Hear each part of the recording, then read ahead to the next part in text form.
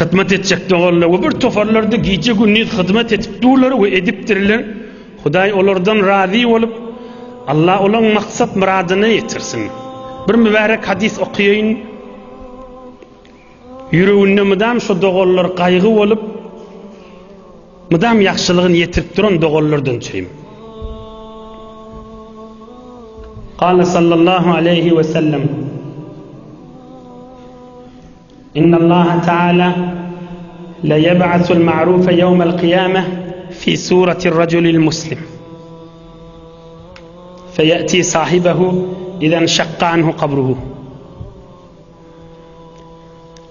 Bir Müslüman adamın eden yaxşılığı, eden hubisi, eden ihsanatı, kıyamet gün adam kabrdan yarılıp turanna, şu yankı eden yaxşılığı bir qovu adam, Müslüman adam, nurani adam formasında olup o da yanına duracak.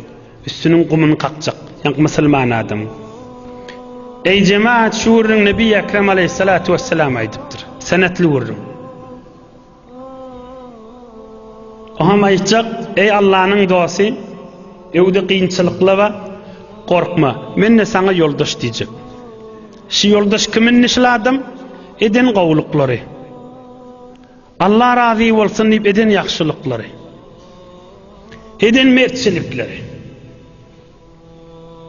Aham yoldaş olup gidecek bir yanka adam fikredecek bir de bir qav adamların biri deyip. Aham yollayacak ştadan haberdarrak bulup geçmeli. Ştada birime hesabını çekmeli. Ştada birime hazır dur.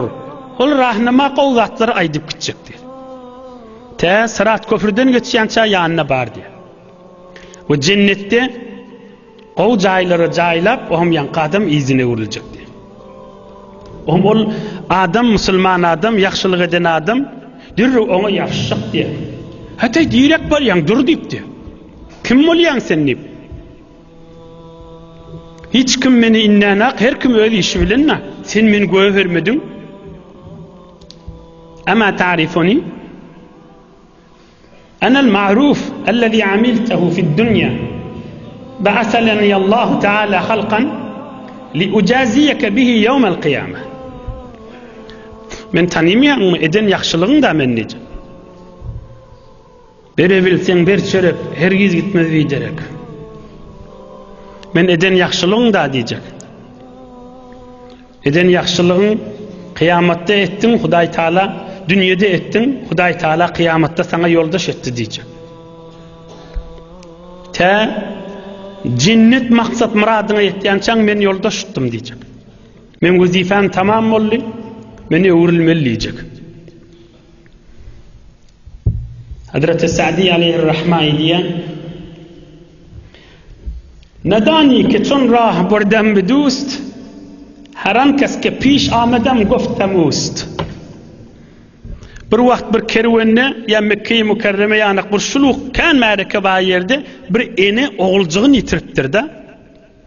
Oğum adamın arasında yortup verin, her oğulcuk görse bir üstüne bükçük bolayamamalı. İne oğlum tapdım deyip. Her oğulcuk gelse ine oğlum tapdım deyip kucaklayacak bolayamamalı.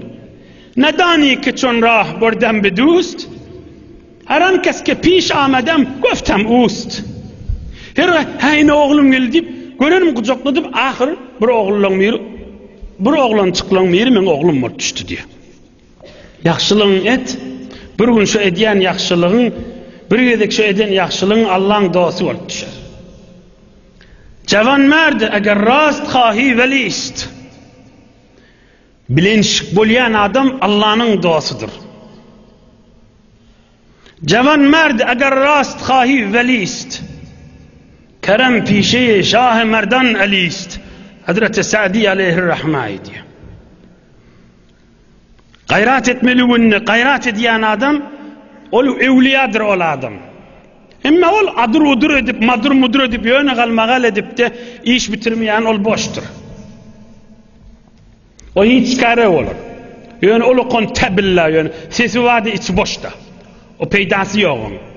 Çekip duran olsun, eşlik duranları olsun, her yerlerde olsunlar. Yani akse düşmek bilen, filme düşmek bilen o bolmayan. iş öwe düşmeli ve her kimde Allah için bir iş bitirmeli. Her yerlerde olsun. Ve her zamanda ve her makanda olsun. Ve her muğiyetlerde olsun. Allah'ın razıçılığı bilen iş bitirmek imanı makam adamın işidir. İnsaniyetten kerametı ba adamın işidir.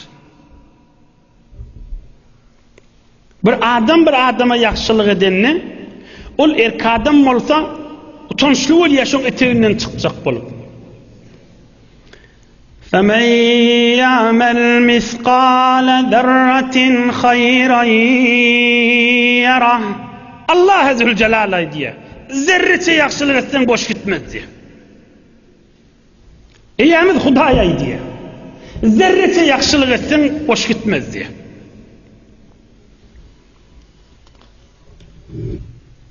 Bir mübarek Nebi Ekrem'in hadisini şerif aydın bir kuştağıdan tamam edeceğim. Bir neçe doğullar Kumüştefe'de bir kıyınçılık bilen can merttirler. Nebi Ekrem aleyhissalatu vesselam'ın aydan söz var mı bu arada? O habberin.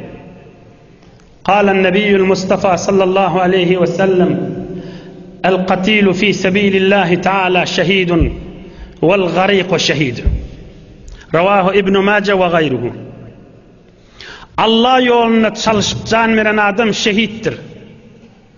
Suya gark bolan adam şehittir diye. Nebi Ekrem'in aydan sözü. Çağası dünyaya gelip durmanı can veren ene şehittir diye. Müslüman olup bir kaplan, bir şiir, bir arslan dargadıp iyen adamsı şehittir diye. Nebi Ekrem aleyhissalatu vesselam'ın derman sözü. Müslüman olup üstüne tam açıp divar açıp ölse şehittir diye. Nebi Ekrem aleyhissalatu vesselam'ın sözü. Vel gariqu şehitun. Suya gark bolan da şehittir diye. Allah Azze Celal o doğullandır ruhun şad edip şehitlik derecede ulu olup Huday qalallarına kuvvet versin. Allah Azze Celal qalallarının yüreklerini giyin etsin. Allah sabır verip, sekinet verip kıyametlerine ulu derece